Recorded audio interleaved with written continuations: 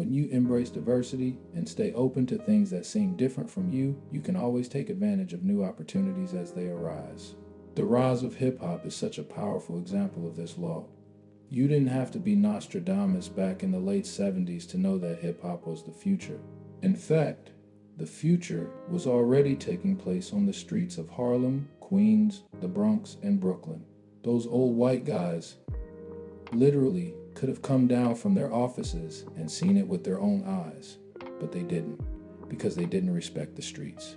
They couldn't believe that street kids could create something as meaningful, as powerful, and as lasting as the rock and roll their own kids were listening to back in the suburbs.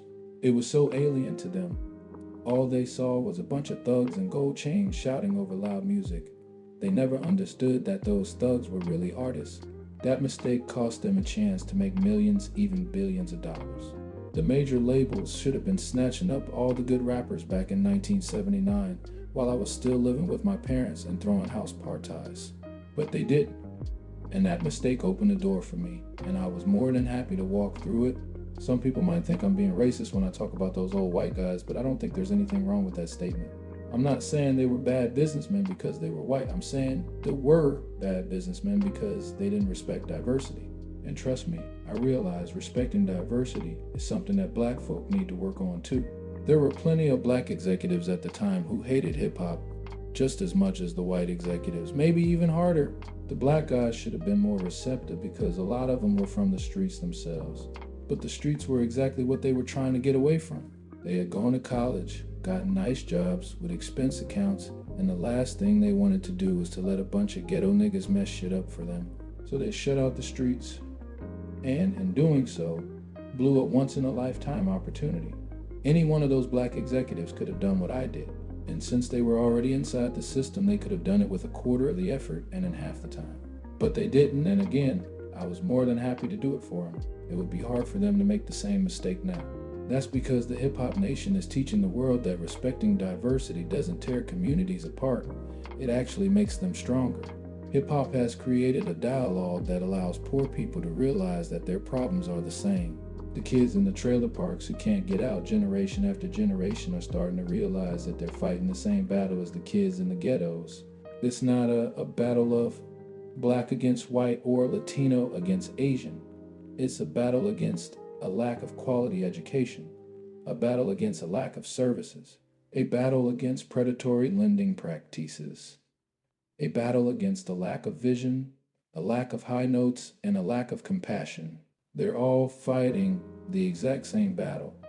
2. Those questions will be part of your company's winning formula. The first answer is build a real commitment to diversity in your organization.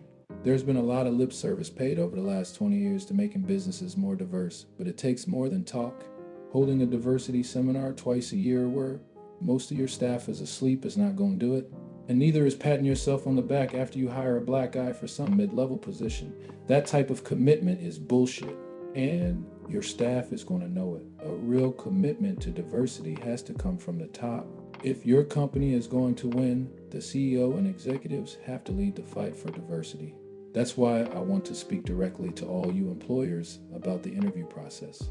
The first thing you have to do as an employer, whether you run a Fortune 500 corporation or an indie record label, is have an open mind before you start talking to potential employees. You have to accept that culturally, not everyone is the same as you, and just because they look different or dress different doesn't mean they are different. That's hard, because it's human nature to hire people that you're comfortable with. It's natural to feel a connection with someone if she went to the same college as you, or if your families used to vacation on Martha's Vineyard together. But you can't cling to those things when it's time to make a hire. Instead, open up your spirit and consider people for spots that aren't traditionally reserved for them. If you're a white male, then you might think the position you're looking to fill is a white male's job. You might not think it consciously, but it can be there subconsciously. Maybe you just don't expect to see this Indian American, this African American, this Mexican American, even this woman in that spot. But the truth is, the Mexican American, the African American, or the Indian American is just as competent as anyone else. They just need the opportunity to prove it. The interview process has to be about people's passion, not their pedigree. Look a little deeper into people's spirit and don't worry so much about their cultural statements. You might be looking at a young black kid for a job and think he's disrespecting you by wearing jeans instead of a suit to the interview. But you also might not realize that he spent $150 on those jeans and that he considers them the flyest thing in his closest. He's actually trying to show you respect by wearing those jeans. Don't get caught up on someone's pants, his accent, his skin color, or his experiences. Instead, look for his willingness to work and willingness to give. If he can do those things, he's going to be a real asset to your company, even if he doesn't look or talk like you. I'm not saying you're racist if you hire someone largely because he reminds you of yourself. Again, that's just human nature. But try to get past that urge. Even if you're not consciously being racist, you are costing your company money. That person you overlooked might have brought your company the perspective it needed to find the next big thing. And in the business world, missing out on the next big thing is even worse than being racist. Of course, hiring is only the first step. After you bring in people with different perspectives, you have to respect their vision, find out what they think, find out what they can bring to the table that's different from what's already there. Make it known that you're always open to new ideas. I want my employees to feel comfortable coming to me with any idea, even if at first it doesn't seem like the type of thing that a rap mogul would be into. The moment one dismisses an idea because it sounds too suburban or too white, then I'm setting myself up for failure. Don't hire people with different visions and perspectives and then lock them out. Takes. Give them autonomy, which means the opportunity to make Miss Grady a culturally diverse workplace will also help your employees get out of the ghettos of their own minds. If you're only exposed to one thing culturally, then you live in a ghetto. It could be a WASPy ghetto, a Jewish ghetto, a black ghetto, or an Asian ghetto, but without diversity, it's still a ghetto.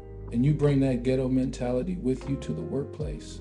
But if you come to work and deal with different people with different perspectives, your lenses clear up and you can see all the opportunities that are out there. That's why you always want to bring the melody of different experiences to your company and then let them join your chorus. When you do that, everyone sounds much better.